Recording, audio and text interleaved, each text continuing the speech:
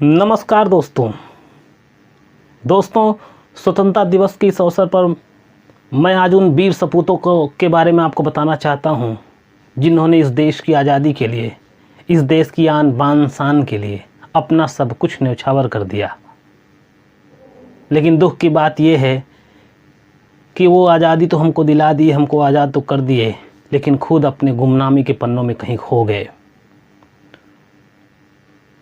उससे भी ज़्यादा दुख तब होता है जब स्वतंत्रता दिवस या राष्ट्रीय पर्व के मौके पर भी उनका नाम नहीं लिया जाता, या उनके बारे में लोग कम जानते हैं, या उनके बारे में लोगों की दिलचस्पी कम होती है। दोस्तों, हम कितने मतलबी हो गए हैं कि जिन्होंने हमारे लिए अपने जान की बाजी लगा दी, जवानी से लेकर बुजुर्गों तक ने जिसके लिए अपना सब कुछ न्यौछावर कर दिया, हम उसे भूल गए। लेकिन मेडल वाले लायर चैनल के माध्यम से आज उन गुमनाम नायकों के बारे में हम चर्चा करेंगे और आपको उनके जीवन के बारे में बताएंगे। दोस्तों, वीडियो शुरू करने से पहले आपसे अनुरोध है कि आप इस चैनल को लाइक कर लें, सब्सक्राइब कर लें, और अगर आप सच्चे देशभक्त हैं तो इस चैनल को शेयर कर दें। तो आइए शुरू करते हैं। दोस्तों, देश को आज़ाद कराने के लिए अपना सर्वस्व न्यौछावर करने के मामले में जिस गुमनाम नायक का नाम सर्वप्रथम आता है उसका नाम है यदुनांग या जदुनांग। ये पूर्वोत्तर के वो क्रांतिवीर थे जिन्होंने देश की आज़ादी के लिए, देश की आन बान शान के लिए जो कुछ था उनके पास सब न्यौछावर कर दिया, और सबसे बहुमूल्य अपना जान न्यौछावर कर दिया। दोस्तों, जिस समय पूरे देश में महात्मा गांधी का सविनय अवज्ञा आंदोलन अपने चरम पर था, ठीक उसी समय पूर्वोत्तर राज्यों में, खासकर मणिपुर और नागालैंड में यदुनांग या जदुनांग के नेतृत्व में जियाल रंग आंदोलन अपने चरम पर था। जियाल रंग आंदोलन की सफलता को देखकर अंग्रेज इतने सहज हो गए थे कि उनको इस बात का भय सता रहा था कि कहीं पूर्वोत्तर राज्य उनके कब्जे से न निकल जाए। यही कारण है कि आनन फानन में इस वीर क्रांतिकारी को उन्होंने फांसी पर चढ़ा दिया। इस तरीके से एक भारत के सच्चे सपूत का बड़ा ही दुखद अंत हो गया।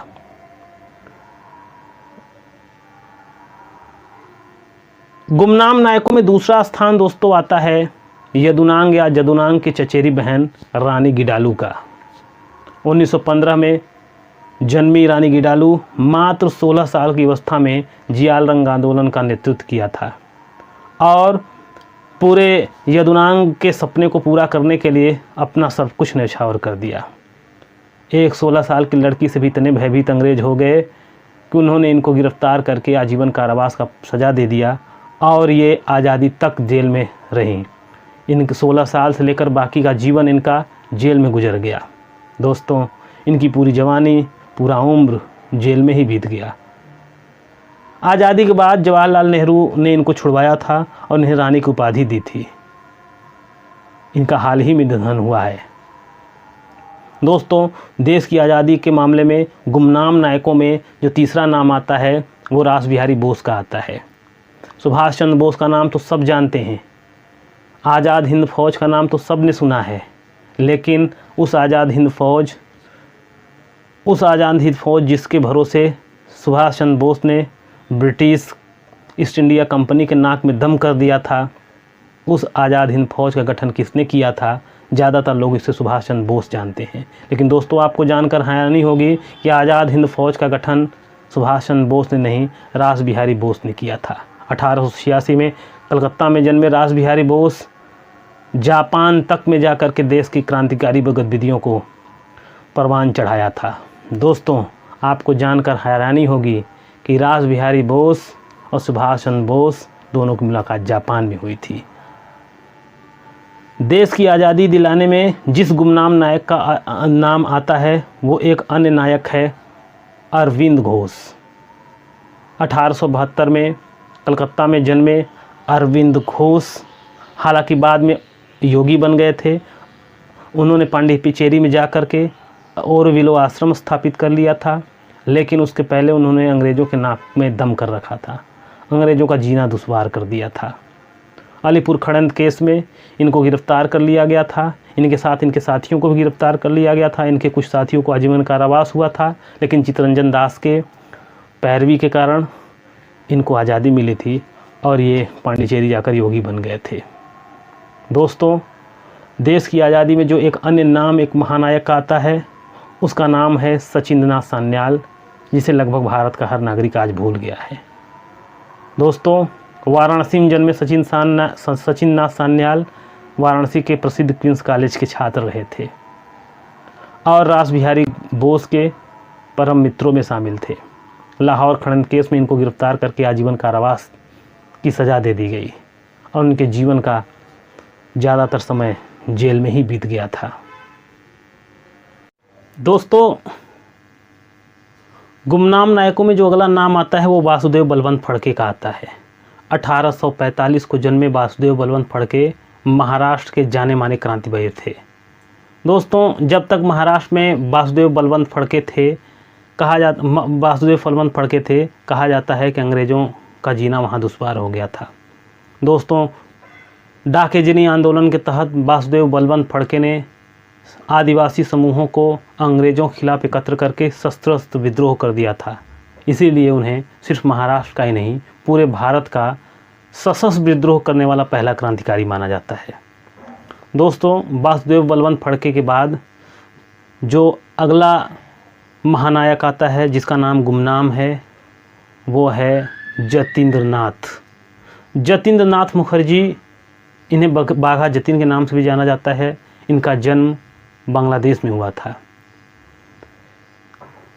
पुलिस ने इनका इनकाउंटर उड़ीसा के बालासोर में कर दिया था। दोस्तों, जैसा आप जानते हैं, अब आपको विश्वास हो गया होगा कि इस देश को आज़ाद कराने के लिए इनकाउंटर जैसा घिनौना कृत्य भी भारतीयों के साथ किया गया है, क्रांतिवीरों के साथ किया गया है। बाघा जतीन के बाद चापेकर बंधुओं का नाम महाराष्ट्र में क्रांतिवीरों में बड़े सम्मान के साथ दिया जाता है। दोस्तों, बालकृष्ण चापेकर और दामोदर चापेकर दो भाई थे जिन्होंने क्रांतिकारी गतिविधियों के द्वारा देश को आज़ाद करने का बीड़ा उठाया था। दोस्तों, प्लेग समिति के अध्यक्ष रैंड और अरेस्ट की हत्या इन्होंने 1897 में करके अंग्रेज़ों को भय में डाल दिया था और अंग्रेज़ों को भारत छोड़ने के लिए विवश करने के लिए इन्होंने अंग्रेज़ों को बहुत ज़्यादा परेशान किया था।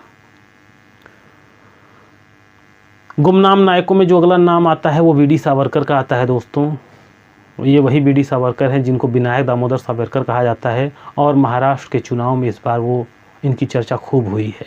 इनको भारत रत्न देने का तक की बात कही गई। दोस्तों, महाराष्ट्र चुनाव के पहले वीडी सावरकर गुमनामी के गुमनामी के इतिहास में ही इनका नाम दर्ज था। हालांकि इस बार महाराष्ट्र चुनाव के समय इनका नाम उभर कर सामने आया है, लेकिन इनकी प्रशंसा और आलोचना दोनों साथ में देखने को मिली।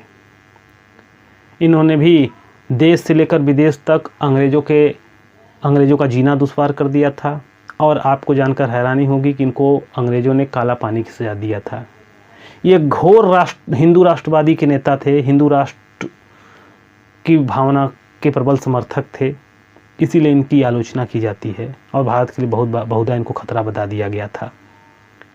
एक आलोचना इनकी इसलिए भी की जाती है कि इन्होंने अंग्रेज़ों के सामने सर झुका दिया था और अपने आजीवन काला पानी की सज़ा को माफ़ कराने के लिए माफ़ीनामा लिखा था, माफ़ी के लिए आवेदन किया था अंग्रेज़ों से। लेकिन दोस्तों, किस एक क्रांतिकारी जिसने जीवन भर अंग्रेज़ों के विरुद्ध लड़ा है, उसने क्यों माफ़ी मांगा है, किस परिस्थितियों में माफ़ी मांगा है, किस उद्देश्य से माफ़ी मांगा है, ये आज तक पर्दा इस पर पड़ा हुआ है। गुमनाम नायकों में दोस्तों ये अगला नाम आता है लक्ष्मी अनंत कन्हेरे का। मध्य प्रदेश में जन्मे लक्ष्मी अनंत कन्हेरे ने डीएम जैक्सन की हत्या कर दी थी और उन्होंने ये हत्या इसलिए की थी क्योंकि एक साधारण से लेख को देशद्रोही लेख बताकर डीएम जैक्सन ने उनके मित्र गणेश सावरकर को गिरफ्तार करवा लिया था। गुमनाम क्रांतिवीरों में अगला नाम आता है यतीन्द्र दास का। दोस्तों, ये वही यतीन्द्र दास हैं जो लाहौर खनन केस में भगत सिंह के साथ जेल में बंद थे और भूख हड़ताल के कारण 63 दिनों तक भोजन त्यागने के कारण इनकी जान चली गई थी। दोस्तों, हम आप 1-2 दिन भी भोजन त्याग कर नहीं रह सकते। 63 दिन तक भी भोजन छोड़कर मरने का काम, वो भी देश के लिए, ये कितना दर्द भरा रहा होगा। दोस्तों इसके बाद अगला नाम आता है, वो नाम है हेमंत कानूनगो का। देश के क्रांतिवीरों में, देश के क्रांतिकारियों में शस्त्र और गोला बारूद की कमी के कारण हेमचंद कानूनगो पेरिस में जा कर के बम बनाने का गुण सीखा था और उसको यहाँ आकर के भारत में क्रांतिवीरों को सिखाया था। मणितल्ला में एक कारखाने में जब वो सिखा रहे थे, बम बना रहे थे, उसी दौरान अंग्रेज़ों का छापा पड़ा, वे पकड़े गए और इनको सज़ा हो गई थी। दोस्तों गुमनाम नायकों में जो अगला नाम आता है वो बारिंद्र घोष का आता है। विदेशों में पढ़े लिखे बारिंद्र घोष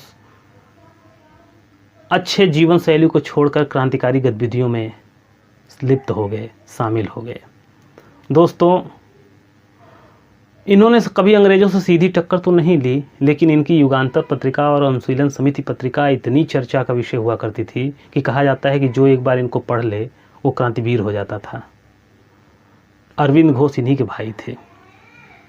उसके बाद दोस्तों जो अगला नाम महत्वपूर्ण क्रांतिकारी का नाम आता है, वो नाम आता है खुदीराम बोस का। 1889 को खुदीराम बोस का जन्म हुआ था और बहुत छोटी सी आयु में इन्होंने अपने जीवन को देश के लिए कुर्बान कर दिया था।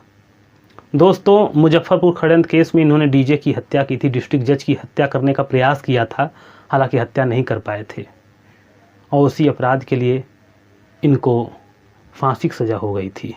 दोस्तों आपको जानकर हैरानी होगी, इनके बारे में एक किंवदंती कहा जाता है कि जिस दिन इनको फांसी होनी थी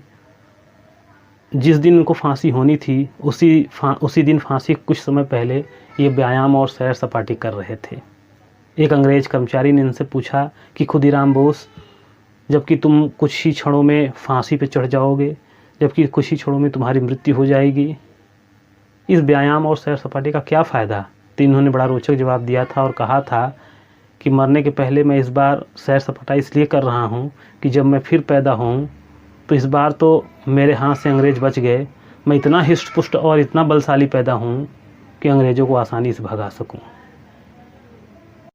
दोस्तों गुमनाम नायकों में जो अगला नाम आता है वो मदन लाल धिंगरा का आता है।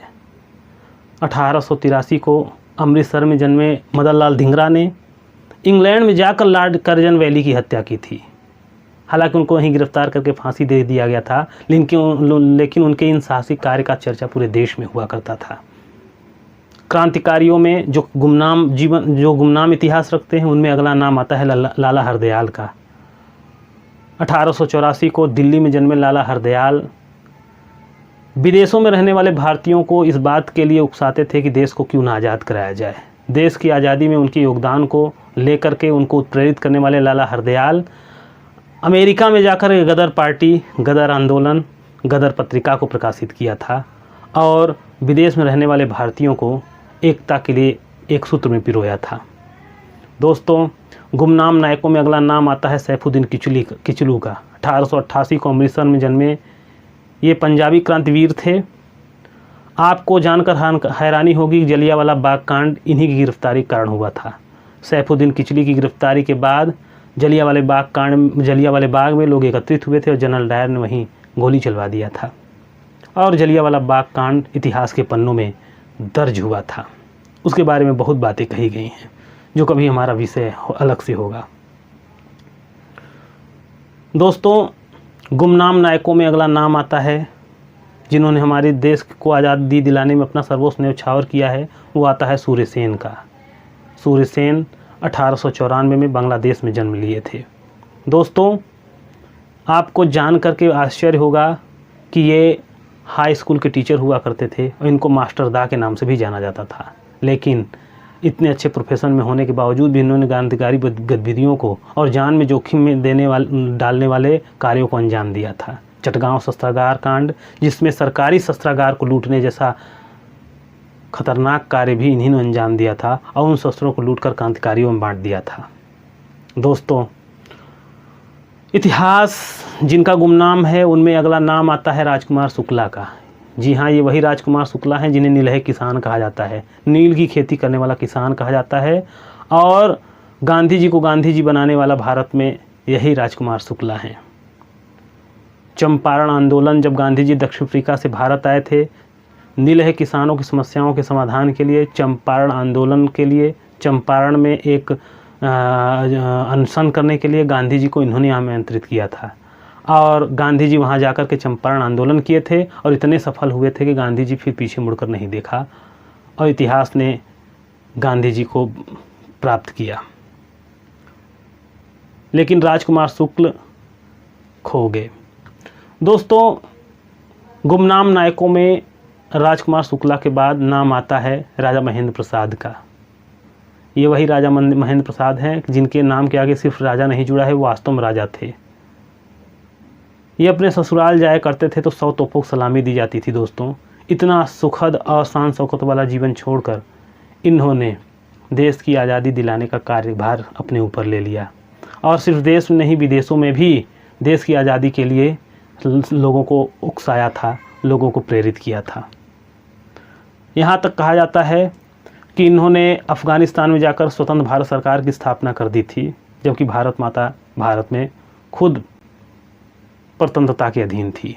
दोस्तों, इतना ही नहीं, देश में शिक्षा व्यवस्था को बढ़ाने के लिए इन्होंने अलीगढ़ में 80 बीघा अपने फलों का उद्यान ब्रिटिश सरकार को, देश के नागरिकों को दान दे दिया था। तो ऐसे महान सपूत जिनकी जितनी कहानी कही जाए, जिनके बारे में जितना बताया जाए बहुत कम है, लेकिन मैंने अपने तरफ से कोशिश किया कि इन नामों को आप भी जान जाएं। दोस्तों, अंत में यही कहना चाहूँगा कि अगर आपको ये वीडियो पसंद आया है तो वीडियो को लाइक करें, सब्सक्राइब करें, शेयर करें, जिससे इस तरीके के वीडियो लाने में मुझे भी मदद मिले और साथ ही साथ आपकी देशभक्ति बनी रहे। धन्यवाद दोस्तों। जय हिंद, जय भारत, नमस्कार।